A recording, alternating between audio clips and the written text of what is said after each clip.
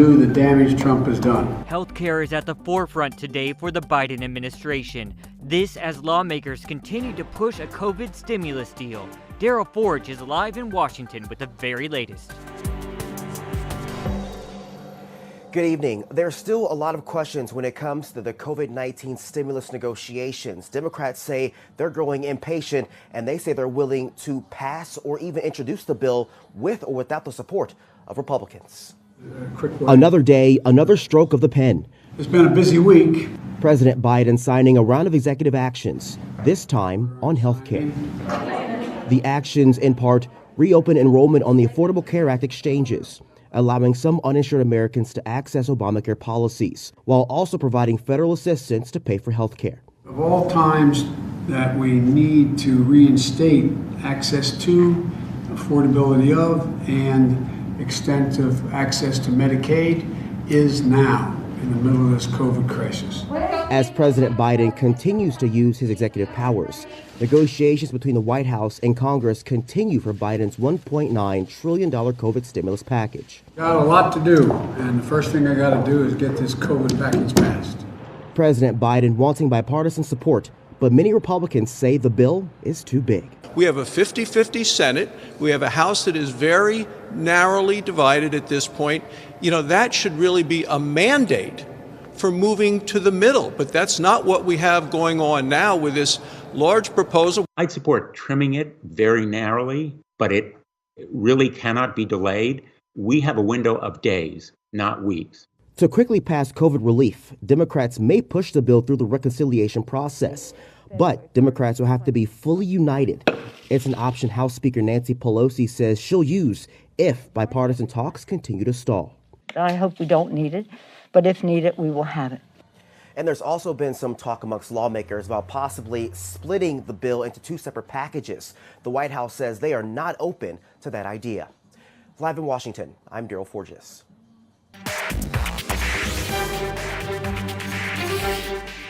Now to today's talker story. A new coronavirus variant identified in South Africa has been found in the United States for the first time. South Carolina officials say 2 such cases have been diagnosed in the state. Now, viruses mutate constantly, and many variants are circulating around the globe already, but scientists are really concerned about 3 that appear to spread more easily. Other variants first reported in the United Kingdom and Brazil were already confirmed to be in the U.S. Researchers said it was only a matter of time before this new South Africa variant appeared in America. Just a short time ago, we got an update on the status of tourism in the state. We have the latest from a virtual meeting from the Hawaii Tourism Authority. What are the numbers that we're triggering for increasing spend? I mean, I heard a lot about Safe Travels Japan, and I mean, I think the job that Japan has done over the last several years is fantastic. Look at how successful we've been in Japan. So I don't want to question the efficacy of our marketing programs, but the reality is we can put Safe Travels Japan in and have 500 testing sites. If you have to quarantine for 2 weeks, then we are not going to have much traction from Japan.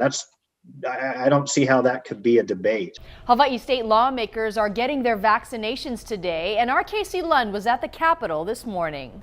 About 500 legislators, their staffers, and other Capitol building employees will get their vaccinations right here today. They fall under the Phase 1B category. But we want to give you a little bit of a broader picture about where we're at with vaccinations in the state of Hawaii. In total, more than 127,000 shots have been given in Hawaii, according to the state health department. The state's received about 171,000 doses. We don't know the breakout of how many of these shots represent a second dose. Now let's take a look at the statistics from the state. The bar graph shows the accumulation of shots by week. Between Monday of last week and this past Sunday, more than 30,000 shots were given. That's actually a little less than the period prior, when about 32,000 shots were distributed. We did a little bit of math to make this rate look a little easier to digest. This is a bar chart representing the number of doses given each week. You can see it climb steadily in the first couple of weeks, all the way up to more than 30,000 by the week of January 11th. But there was not much of an improvement in the most recent week, despite the new mass vaccination site opening on Oahu at Pier 2, the first day of that data period on January 18th. Now we go island by island. On Kauai, about 8,800 doses have been given out, including about 3,400 in the most recent week recorded. On Maui, shots have plateaued. According to the state figures, only about 720 shots were given out last week. As we reported, Maui Memorial drastically cut back on its shots as a result of a shortage of vaccine. On to Hawaii Island, about 10,500 shots have been given out, with an increase of about 3,400 between the two most recent weeks. And back to Oahu, where 68,500 shots have gone into arms, including more than 22,000 last week, an improvement over the week before. We've done the math, and if we keep up the pace we're at, around 31,000 vaccinations every week, we won't have everyone in the state vaccinated until sometime in the spring of 2022. That's a far cry from the state's original goal of having shots in everyone's arms by the end of this summer. It's the availability of the vaccine that's making it extremely difficult for us to hit that mark. Reporting at the state capitol, I'm Casey Lund. Now back to you. Cruise lines continue to be hit hard by the pandemic. Here's CBS News travel editor Peter Greenberg with an update. A number of cruise lines, especially Carnival, by the way, continue to push back their start dates for sailing. You know, at the like by August of last year, they said they were sailing in November. Then it was December. Then it was January, February, March, April, May, June. Now we're going to see most cruise lines announcing that they're going to start sailing in July, but some of those sailings with some of the Carnival brands have been pushed back to October and November. So for those of you who are diehard cruisers and you want to book ahead, make sure you get a mutually agreeable definition of terms on what your rights are if they push a cruise back. We don't want to repeat last year where you're stuck with credits. Restarting youth sports has been gaining momentum on Oahu, but we just don't know when we'll see kids back on courts and in fields. New City Councilwoman Andrea Tupola has been pushing for this, and we talked to her on Sunrise. What kind of data do we have about children contracting coronavirus while playing sports? So we had invited an athletic director from the state of Utah. In fact, she used to be the athletic director for Kahuku High School. And we asked them how they were integrating sports back into their communities, seeing as though Utah has had extremely high numbers in cases. And so she shared how they were able to track the virus in their athletic groups as opposed to using the community spread numbers. So if they had more than 3 athletes test positive on a team, they would shut down quarantine, conduct an investigation, and stop the spread. But they were able to cut off all spectators so that the kids could play. And then as the state started to decrease their numbers, then they opened up for a limited amount of spectators, which was more of the problem than active athletes in play. Okay, so what happened yesterday, that doesn't necessarily open things up right away. There's still a process that we have to go through. Do we have a timeline? When do you expect to start things out fully? Yes, thank you. I'm meeting with the mayor this Friday as well as with the managing director to propose some of the start of sports guidelines that have been put together by athletic directors and coaches across the state, not just on the island of Oahu, but other counties jumped in because HISA, for example, is an organization that is across the whole state, and the neighbor islands have been practicing, but our island has not. So the proposal that was on the table yesterday was for us to convene this working group to start to put together these protocols, give it to the mayor so that he could make a better decision about what the timeline and rollout of sports would look like. He did tell me that it's looking positive with the amount of cases on our island coming down and with the increase of vaccines. And so I hope to hear more from him tomorrow when we meet. Yeah, he spoke to the Star Advertiser and he said mid-February, although that was grouped in with a lot of other things. Is that the timeline that he was referencing with you? And if so, are we talking about practices? Are we talking about competition? Yes, he did mention that timeline to me, so I'm hoping that that's what we're going to stick to. But part of the protocols that we're going to be giving the mayor is also going to include a graduated return to play model. Iolani Schools has been using this as well as Marinol, which is a very safe analysis of the health of the athletes. As you know, many of them have been out of practice. So there has to be a smart way to slowly bring in some type of individual skills training, and then eventually practice, and then eventually back to inter-school competition, and then maybe intra-school competition. So there are levels, and I'm hoping that the mayor will take this under consideration and then also be able to release this as part of their plan for the city. Okay, Andrew, and you referenced this. Our cases are low. The vaccine is here, but still it's going to be a long time before our kids get vaccinated. That hasn't even started yet. And any risk, as low as it might be, is still a risk. There are people that are worried that this could start to spread back up. Why not wait a little while more? So the spread that we have talked about with multiple states always happens with spectators and gathering. Okay. And they've made very big distinctions, as you know, with the NFL, the NBA, making sure that there's nobody in the stands for certain NCAA games. So monitoring the gathering of the community is what we're going to have to keep our eye on.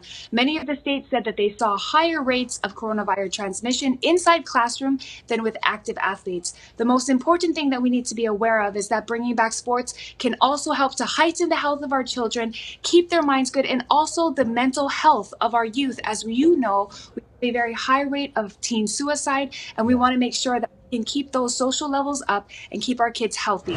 WHO scientists have left the hotel where they've been quarantining to start field work in Wuhan, China. They're trying to find the origins of COVID-19. Steve Zhang has this report from Beijing. The big question for the 13 members of the WHO team remains to be what kind of access they'll be getting in Wuhan. Remember, it's been a year since the city was placed under a strict lockdown. It's been disinfected repeatedly, scrubbed clean of any traces of the virus. So at this point, what kind of first-hand evidence or samples these experts can collect remains very much in doubt. So that's why even before this long-delayed mission started, the U.S. delegation to the WHO demanded China give these experts access to former patients, caregivers, as well as lab workers, and also share all of its scientific research into human, animal, and environmental samples collected from a now closed seafood market in the city, suspected to be the origin of this outbreak. Now, the Chinese, for their part, have been pushing back at these demands. Instead, the Beijing authorities have been heavily promoting a so-called multiple origin theory, claiming this virus may have emerged from various locations from around the world, with some senior officials even really pushing this unfounded claim that this virus may have originated from a U.S. military-run lab in Maryland. So this is increasingly a politically charged issue under a global spotlight. So that's why these WHO experts insist they are scientists, not politicians. So their focus will be purely on science. They're also trying to manage expectations here, saying that studies into the origins of many other outbreaks have taken years to complete. So they may not have answers or conclusions anytime soon. Stephen Jiang, CNN, Beijing. And here comes the flight crew now. Today marks 35 years since the Challenger disaster. The explosion killed 7 astronauts, including Hawaii's Ellison Onizuka. Smith, followed by Krista Masala, teacher in space. Ellison Onizuka. And liftoff of the 25th Space Shuttle mission, and it has cleared the tower.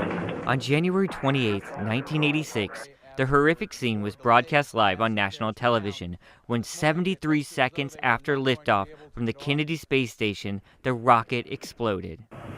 Obviously a major malfunction. The nation watched in disbelief. Today in Florida, NASA held a Day of Remembrance ceremony. It was nearly at this moment, this very, very moment, as we sit here 35 years ago, hundreds of thousands of people across the Space Coast, lining our beaches and their backyards, workers here at KSC, were watching the countdown. Onizuka was 39 when he died. He was NASA's first Asian American astronaut. Born and raised on the Big Island, Onizuka has left a lasting legacy in Hawaii. Check out this file footage of his send-off parade. Celebrating the birth of King Kamehameha was used by the local residents and friends and neighbors of Ellison to salute Hawaii's very first astronaut. We have no downlink. Onizuka's brother Claude saw the tragedy firsthand. This is a quote from Ellison's message, and it's one of my favorite quotes that he delivered. And it goes, your vision is not limited by what your eye can see, but what your mind can imagine. Many things that you take for granted were considered unrealistic dreams by previous generations. If you accept these past accomplishments as commonplace, then think of the new horizons that you can explore. An investigation showed that cold temperatures compromised the seals in Challenger's twin rocket boosters. Looks like a couple of the solid rocket boosters blew away from the side of the shuttle. Interest in the Challenger and the future of spaceflight remains high. 3, 2, 1. There's now a Netflix docuseries available for streaming called Challenger: The Final Flight. How could they let this happen? The film recounts the tragedy and what could have been done to stop it. Try to get experts to tell you what could have gone wrong. And we have so many more video extras we posted to H&N digital platforms about this story.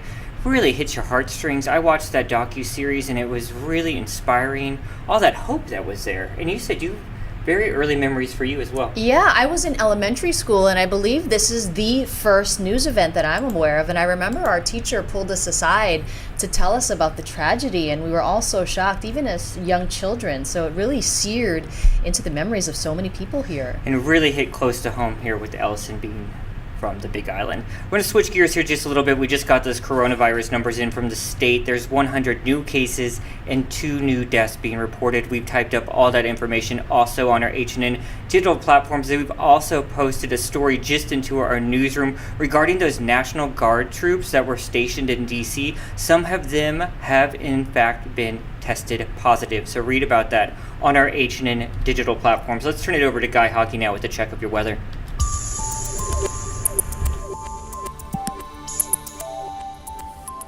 How's it on this Thursday? It's going to be a windy one, especially for the east end of the state. These shaded areas are under a wind advisory, meaning they could get wind gusts upwards of 50 miles an hour. And that could cause spotty power outages. Rain-wise, we're not seeing much out there yet. There's a weak front going to drop in by tomorrow. That's going to increase the windward and Maui showers. Not a whole lot of rain expected. But by Tuesday, watch for that front to drop in. It's going to have a fair bit of rain. We could see a significant rain event between Tuesday and Wednesday of next week. This morning, a few showers for those windward areas, drying up by midday, if not a little bit sooner. Those winds, again, gusting upwards of 30 miles an hour, maybe even stronger for parts of Maui County and the Big Island, but we're still expecting lots of sunshine. High temperature running into the low 80s, and there's a small craft advisory for many parts of the coastal waters. Now, as far as the surf, the biggest waves rolling into the east shore, it's very stormy, though, because of those strong trade winds. And we're expecting a small boost from the northeast for North Shores. It's not going to be a big one. A bigger swell is due in over the weekend. So again, fair weather for the next few days. Granted, a little windy yesterday and breezy winds into the weekend, but we're not expecting a whole lot of rain. A few more showers on Friday because of that weak front coming in, mainly for windward and Maui areas. More significant rainfall expected Tuesday and Wednesday, maybe even some flooding conditions, although that's not a sure thing. Keep it here on Hawaii News Now. We'll have all your severe weather updates. Shares of GameStop continued their wild swings today on Wall Street. Chris Pallone is here now to explain what our own Howard Dykes has dubbed the doofus bubble. Last week, GameStop was just another retailer struggling to survive during the pandemic. Now it's the most talked about company in the world of big finance. Stock price surging 8,000% in the last 6 months and briefly trading for more than $500 a share Wednesday, despite no real change in the company's profitability or outlook. The video game store whose stock has gone to the moon in the last few weeks for no apparent reason. So why the surge? Because small-time amateur investors decided to band together and do it. If you go on the Reddit chat rooms, or you're shocked at how much anger. There's almost a nihilism of let's tear down the system. But instead of tearing the system down, users of an internet chat board called Wall Street Bets on Reddit decided to use the system to their advantage. They noticed big money Wall Street firms were betting that GameStop stock would go down and would make big money if it did. So the small investors started pumping money into GameStop stocks. It's risky because we are doing options investing, but people made it good arguments that said, I think this is going to go up. The surge in GameStop's stock price caused big hedge funds to lose more than $14 billion Wednesday. While many small investors made a fortune on GameStop, analysts say some could lose money they can't afford when the bubble ultimately bursts. Those of us who've seen this movie before have a responsibility to tell folks how it ends. And unfortunately, it typically ends badly. Still unknown whether this populist online uprising is almost over or just getting started. Chris Pallone, NBC News, New York. fascinating stuff there, and you have to hear Howard Dyke's commentary on it on Sunrise.